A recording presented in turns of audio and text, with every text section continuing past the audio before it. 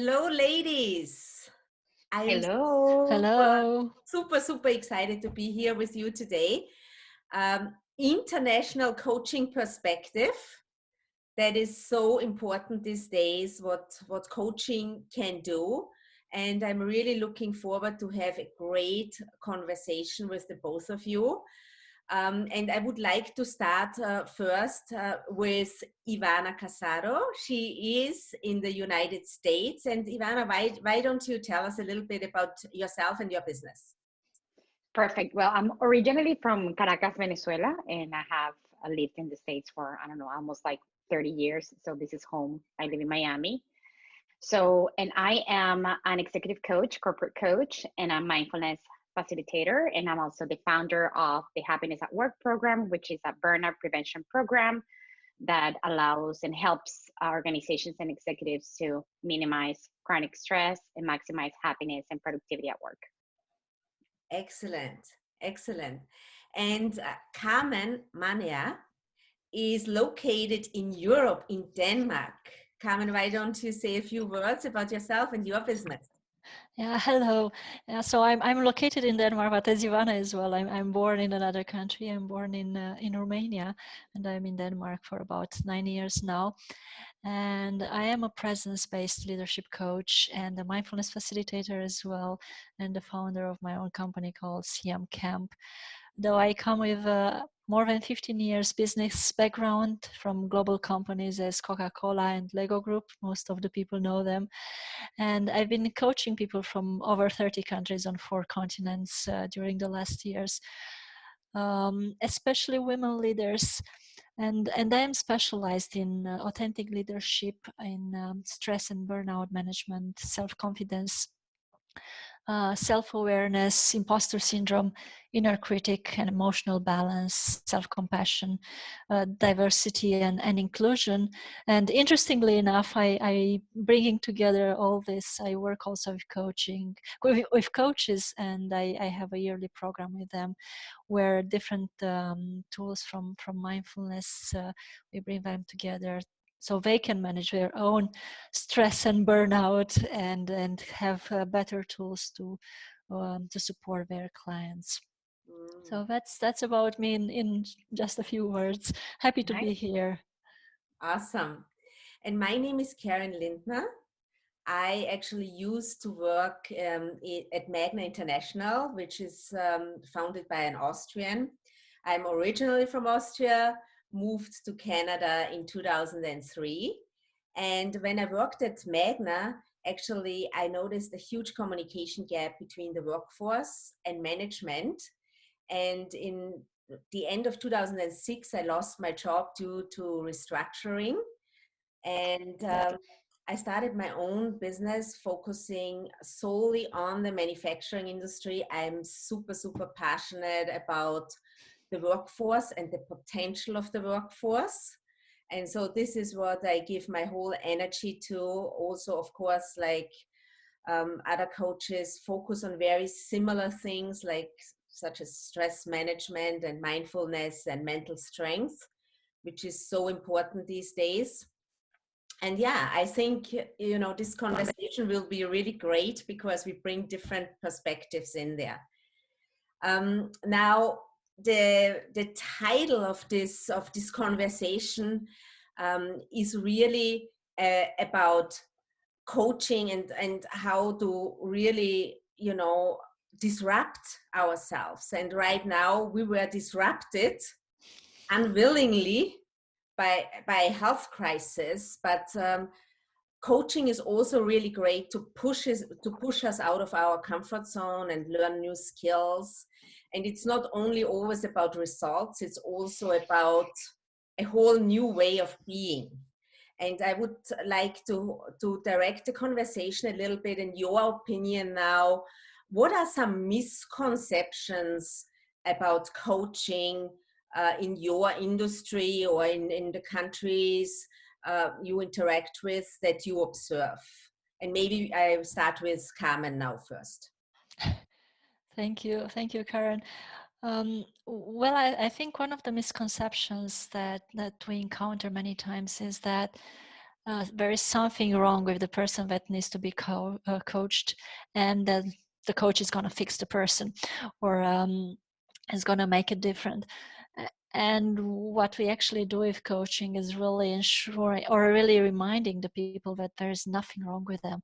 And especially when working with women, it's nothing wrong with women, and also they don't need to be somebody else, because now there is a huge focus on diversity and inclusion, and there is a lot of pressure on women to become as good as their male counterparts. And in my perspective, they are actually equally good. They are just different, or we are all different. And it's very important for coaching actually to support women to become more clear about who they are, about their own skills, about their own strengths, purpose, and vision, to trust themselves more, to be who they really are, and to bring this to the table, and not to try to become another male colleague, or not to become so stressed from comparing herself with others, and to fall in some habits that are not representing her. So I think this is very important to remember. It's absolutely nothing with anyone.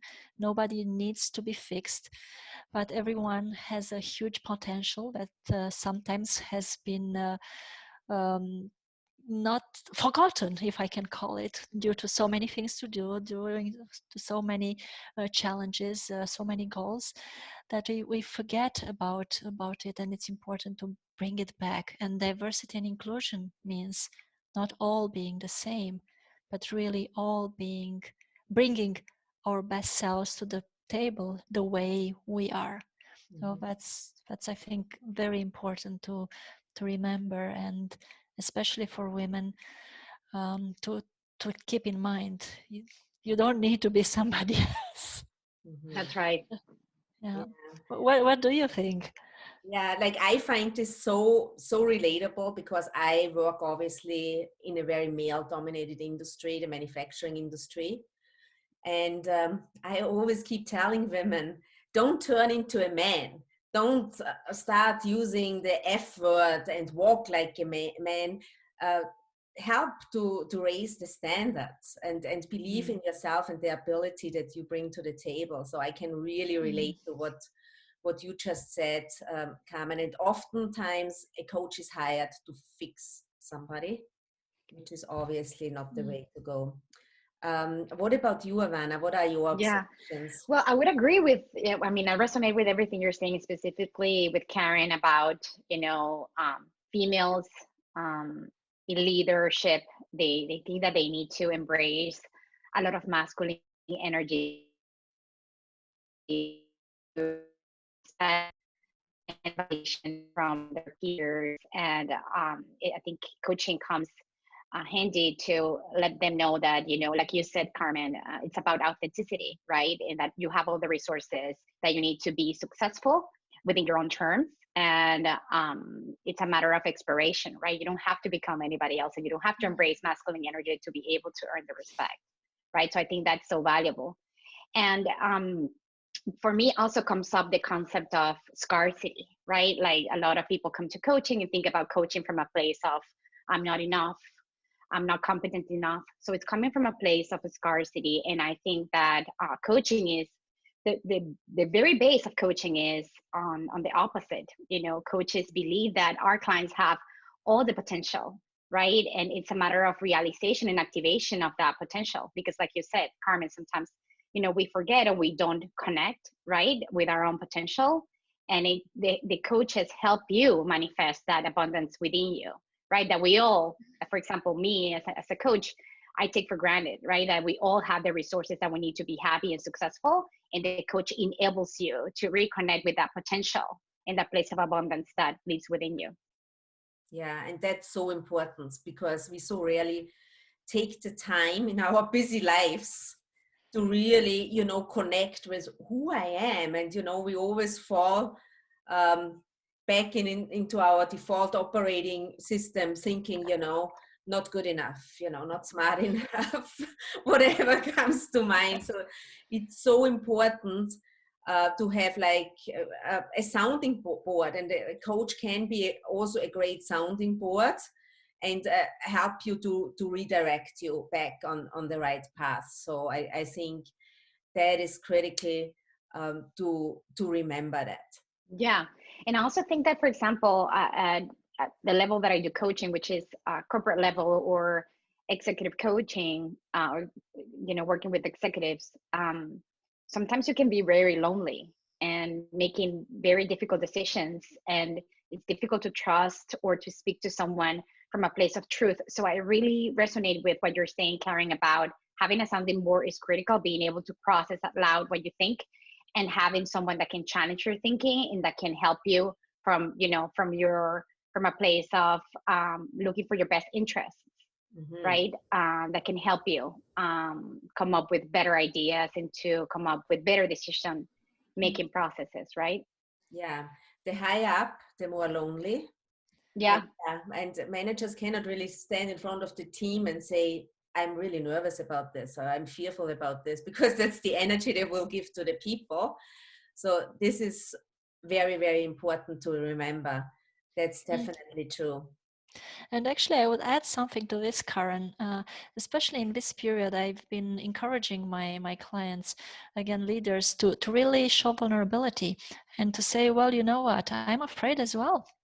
And I also feel insecure, but what I am very sure of is that will go over. Mm-hmm. So I really encourage them not to have this mask of I'm strong, I'm powerful, I know it all, I'm not impacted, but really to take responsibility and to say, yeah, I'm impacted too. Yeah. And I feel as well this pain, and I feel uncertain. And that's okay, because this is part of life. But what the energy I bring and what I'm actually very sure of is that we'll find ways to get over, to move through it one way or the other. So really authenticity, I think, is important once again, and vulnerability. And as coaches, I think our role is also to keep people tenderly and caring, and in the same time to challenge. I have I have a client told me, well, you give me tough love. I was like, yeah, because I really love you, but I can't let you just not love yourself. So it's sometimes love means being tough and being challenging, and letting people show up the way they are, because this is connection, this is human connection, and this is how your teams are going to trust you, by seeing that you are honest and open, and that you are also human. Mm-hmm. Because otherwise it's very difficult to connect when you are having superpowers. All the others who don't have, or who don't feel enough and don't have superpowers, they will not feel connecting with you. So this is my invitation to leaders. Yeah, that's 100% true. So I would like to know what your opinion is now. Like many managers think they go back now to business as usual. And actually, I think the real challenge will start with change management and how to deal with the people, because there are a lot of like new things that come to people, like maybe more people working from home, more systems, processes, new processes. So what would this mean now in the world of coaching, the opportunity when it comes really to work with change management? What are your thoughts on that? I think that, I mean, in my case, I'm dealing with this uh, a lot lately. Like, a lot of companies are looking for ways to connect with their employees from a place of authenticity and vulnerability, because we cannot deny what's going on right now. So, thinking about being productive and successful given the current circumstances and landscape, it's a little bit too much, it's a little bit ambitious. So I think that now leaders and companies are looking to educate or connect with their employees by giving them or providing them with tools on how to embrace this change. And I think that providing employees and companies with their ability to embrace a growth mindset is critical, because when you operate from a fixed mindset, it's very hard to make progress and become resilient. And I think that embracing a growth mindset would allow you to be able to validate what's happening, and at the same time, develop the strength and the resilience to continue to adapt and adjust to new things, right? And I think that embracing a growth mindset is critical in this moment. Awesome. Any thoughts on that, Carmen? Yeah, I was thinking about business as usual. This is one of the maybe the big mistakes that we can make, to go back at as business as usual. But I think right now many leaders have the opportunity to really tap into their teams and into the value of their teams that maybe they didn't have time or possibility to tap before. And by just really being curious right now, what did it work for you? How do you want to work further? How things are best manageable? Really getting curiosity and tapping into the skills of people and the wisdom of their teams. I think this will be very critical. And many of them already started because they didn't know either. Nobody knew how to approach this situation. And really by trying to take all responsibility, and here again I'm lucky that I'm in a country where it's quite open, and there is not a lot of hierarchy, so people really talk from one to the other. But it's really a lot about involving the others. It's really a lot about being curious. It's really about not having the answers, but looking for the answers, having an interest in what is really working, having an interest in bringing more expertise and learning from what happened, to create a future which is indeed ready for unexpected. So simply having this in mind, we can't know what's going to be, and we never know what's going to happen. And we all have our plans and predictions, and they might change overnight. And really having this readiness for the unexpected, I think it's important to be a new way of working and a new mindset, because the unexpected or the change, I think, is the only constant that we, or the only constant in our lives. Yeah. Yeah, like I am a hopeless optimist. I always try to find the good in every difficult situation, and I do have to agree that this time now is such a great moment of creation. How do we want to be? How do we want to work? How do we improve certain business models? For me, it was incredible to observe that the same leaders who would have just said a few months back, it's impossible that people work from home, were able to set up within a week or 2 weeks that everybody could work from home. And listen, not everybody wants to work from home. There are still many people who need the structure. They need to go to an office. But it's exactly what you just said, to have the curiosity and explore together with the team what's important for them. So when it comes, because we really made the decision today that we not talk about COVID-19, but we talk about crisis, and crisis can strike anytime. So I would maybe like to ask Ivanna first a little bit on her thoughts on stress management, mindfulness. Like, what would you want people to know when it comes to that? Yeah, I think that well, it's important to speak about stress, right? Because right now we have external stressors, like our ability to predict is compromised, right? So we don't have our ability to predict anymore. We have lost our ability to have autonomy of our lives, right? And some of us are losing connection, human connection, because some of us are isolated, right, by ourselves in our houses, and we maybe some of us have been isolated for more than a month already. So these are things that are definitely stressors that can cause a lot of stress. And stress is basically a defense response from something that we are perceiving as a threat. So you can have external stressors, right? And you can have stressors that you can activate through your belief systems. For example, if you go into an airplane, right? For me, going to an airplane, I'm not activating my stress response because for me, it's not a risk factor. But for others, right, getting into an airplane is for them something that could be risky, right? So then they're activating their stress response because their own belief system is thinking that is risky. So stress can be really activated through our thoughts. And mindfulness really comes handy because mindfulness allows us to train ourselves in the direction of regulating our thoughts and our focus and our impulses. So for example, research shows that we spend 47% of our time and with in automatic pilot, right? Functioning automatic pilot, basically unconsciously, like all our behaviors and actions are done without you even noticing, right? So we spend 47% of our time either in mind wandering or automatic pilot.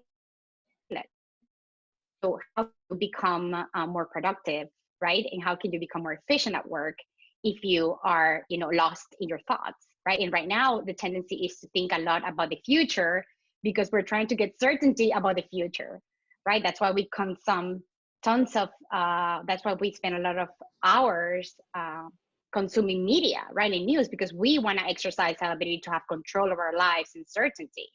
But this is getting in the way of you becoming more present and more productive and more efficient at work. So mindfulness is really an attention management tool that can really benefit and is really helping right now. It's about to become mainstream at a corporate level because it really is a tool that helps you regulate your attention and your thinking. So you can become more in charge of your actions, and you can capitalize on the present moment so you can become more productive. Right? You can regulate your thinking and your focus from being in the present, from being in the future, a future that you cannot control, and from being in the past, something that you cannot change, right? So the past is something that you cannot change. The future is part of your imagination, is something that you can control. So the best place to live, right, is in the present moment, because here is where you have an input. Here's where you can actually influence, outcomes and results. And here in this moment is when you can become productive and efficient. So mindfulness is a tool that can help you regulate your attention and to really notice, right, when you're thinking about the future and you try to get answers and you're activating your stress response because you're constantly thinking about the worst case scenario, right? It's a good time to really regulate that thought and bring yourself into the present moment by maybe connecting with your breath, right? Or maybe an affirmation that can help you ground you in the present moment so you can really capitalize on the moment, on now, and you can really get yourself to work and to do something productive with the time that you have. So that's awesome. So like coaching really helps also to create new habits with that, right? So to help people to see Yes. what they can do themselves. So I just want to be conscious of the time here. So we have, I would say, about 7 minutes left. So Carmen, when it comes to building resilience, which is obviously important in any kind of crisis that we go through, like what advice would you give, or what is your perspective on this? Thank you for asking. It has some connection with what Ivanna already said, and actually, I think what's important to bear in mind about resilience is that being resilient doesn't mean having a life without difficulties, but being resilient means having the ability to go through difficulties, to bounce back from setbacks, to trust we are strong enough to go for everything, to have hope. And I think a secret ingredient or a very powerful ingredient for resilience is self-compassion. And there are three components of self-compassion, and one is the one that Ivanna spoke already about, mindfulness, like really acknowledging the situation exactly as it is, without making stories about the future, without ruminating about the past, but really acknowledging the present, acknowledging the feelings, acknowledging the difficulties, and looking for the best response instead of getting into autopilot, instead of reacting. Then the second part of it is common humanity. It's important to recognize that we are all going through challenges. We are all having difficulties sometimes. We are all afraid sometimes. We are all failing. We are all making mistakes. It's part of being human. All this. I was listening to Pema Children speaking, and she said, "Well, it's important to get used to our neuro system with the uncomfortable, because the uncomfortable is part of life." And then the third part is self-kindness. So it's really important to be kind to ourselves when challenges are happening, and when we are go through challenges, is allowing ourselves to feel the suffering, to feel the pain, to feel the fear, and to offer ourselves some comfort. So really saying, well, now I don't know what to do. I am afraid. I feel insecure, and maybe give ourselves a hug, or just smile to ourselves, or do anything that is comforting and warming. And then from there to move forward, to ask ourselves, what do I need in this moment to be able to move forward, even if it's day by day. What do I really need? What do I need to go through this difficulty as gracefully as possible? And again, to have the end point in mind might be very difficult, might be looking very big, but what can I do today? What can I do in this moment? And then I'll have also the bigger picture. So this three parts of self-compassion, like mindfulness, common humanity, and self-kindness, I think are very, very important to keep on building resilience, and to have not a life without challenges, but to have life where we navigate challenges in the best possible way. Mm-hmm. Yeah. Wow, this is And I think that, such powerful advice. yes, and I think that at the end, I would absolutely agree with you, Carmen.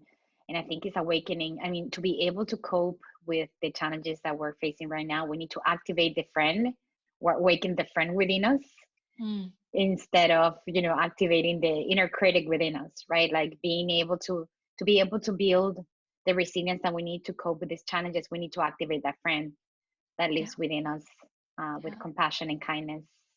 yeah. Absolutely. Yeah.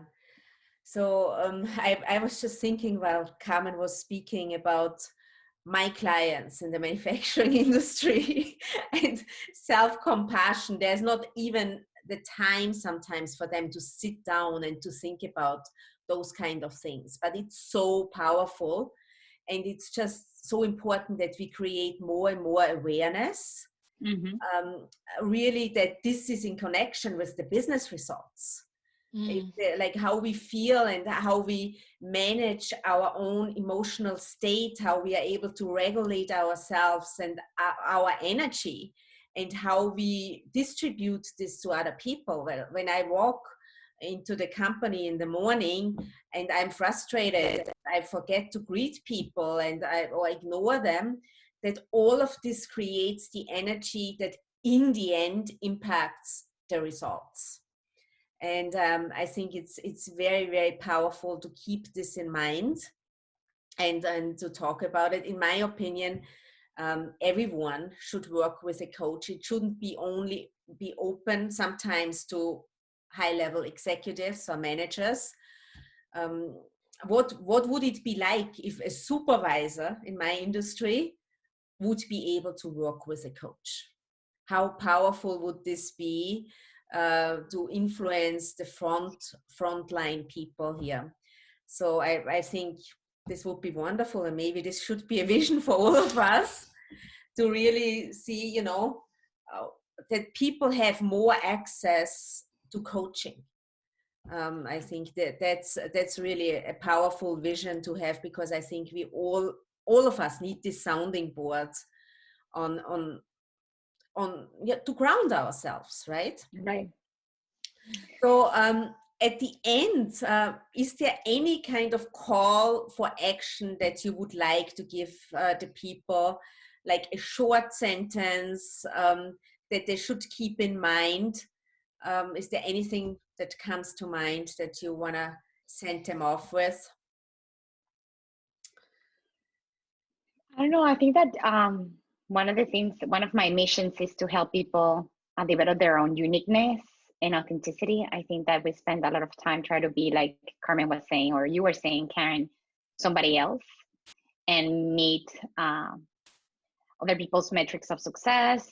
And I think that, you know, we can engage into burnout by doing that. So I think that taking the time to really embrace this journey of self-discovery and self, you know, and reconnection with your potential, because I think it's key to be yourself and to bring your uniqueness and your gifts to the world, because we all have something special, we all have something unique, and the world is waiting for you to collaborate. And we all need your gifts and your specialty. So it's our mission in life to be able to honor that, to honor our truth, and to honor our authenticity and our special gifts. And it's important to take the time to do that. And coaching is a great way to facilitate that. Awesome. Carmen? Yeah, and I think it's actually our responsibility to take our gifts and skills out into the world. Not only our mission, but our responsibility to this world. Maybe the sentence that I'd like to leave everyone with is like, really believe and really be certain of the fact that you are strong enough to go through wherever is going to come. That it's important to pause, to breathe, and to see what's happening and what do you really need to go through this, and which are also the learnings. Because if we go through life without learning and without taking the best out of it, is only half living, as Ivanna was saying before, half autopilot and half consciously. So bring your consciousness to a higher level and know that you're strong enough for everything. That is awesome. And my final thought would be that I truly hope that people will learn to find the good in every situation and the good in every person. Like we have mentioned earlier, we all make mistakes, we all have our shortcomings, and it's good to remember that. And sometimes we are so easy to judge. And when you are able to shift yourself and say what is good about the person, then you will be able to lift them. So when we judge people, we limit them, and I think that should be a good reminder. So I truly enjoyed this conversation. I hope you did too, and I hope at some point we can do this again. Absolutely. Definitely. Thank you so much, Karin and Ivanna, and thank you everyone who's taking the time to listen to what we've been talking about. Yeah, thanks so much, ladies, and thanks so much to everyone who watched this video.